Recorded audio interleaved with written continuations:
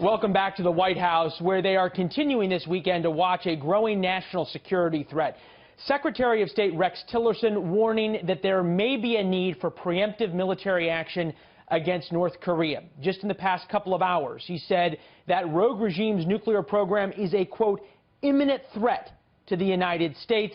Secretary Tillerson now in China, meeting with North Korea's only ally, if you can call them that, to give us a little insight and analysis. Gordon Chang, the author of Nuclear Showdown, North Korea Takes on the World. And Gordon, this word imminent is new, something we haven't heard in a long time, as are a lot of the words we've been hearing from the Secretary of State. Yeah, well, North Korea right now has an intermediate-range missile. They can strap a nuke to the top of it, and they can hit U.S. forces in Japan.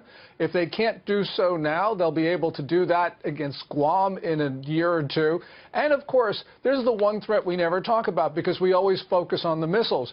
But North Korea can take a crude device, disassemble it, smuggle it into the U.S. across our undefended borders, and reassemble it in the city of their choice, which means that the only reason why Kim Jong-un hasn't killed a lot of Americans is because he thinks it's not in his interest to do so. So I think that Secretary Tillerson is absolutely correct when he uses the word imminent. Well, and you sort of get onto this idea of game theory here when you say it is not in Kim Jong-un's interest. And the theory behind the North Korean nuclear program, at least to our mind, has always been sort of the Saddam insurance policy. So long as I have a nuke, the regime survives forever. So following that theory out, why is this an imminent threat? If they want to survive, let them survive, and we all move on. Yeah, well, for the most part, that's true. They do want a deterrent. But nonetheless, Kim Jong-un is, I think, losing his grip on power. He's probably more insecure than he's been in a long time. You know, in late January and February, we saw so many instances of instability.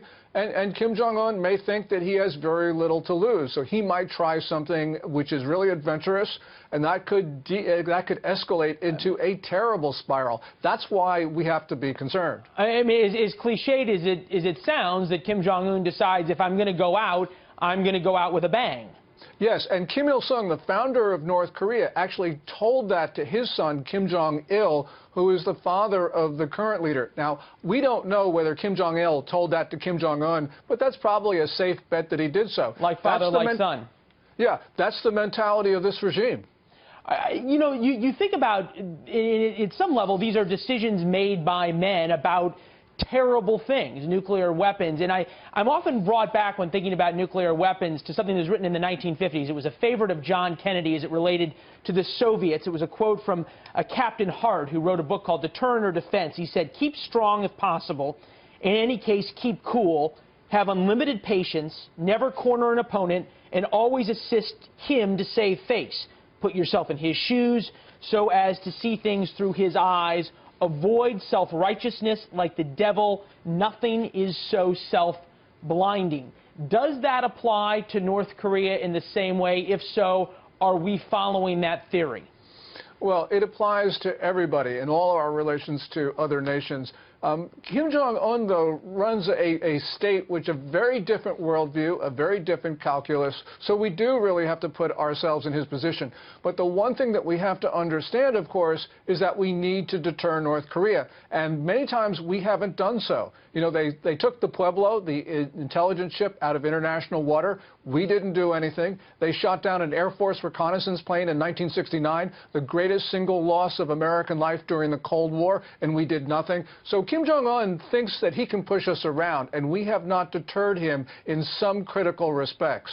Well, I wish it was a better picture that you painted. I fear that we're going to have you back once this war of words may turn into something else. I know that as you and I have talked, that's a real possibility. Good to see you, Gordon. Sorry for cutting this short because of the breaking news. Thanks, Leland. All right.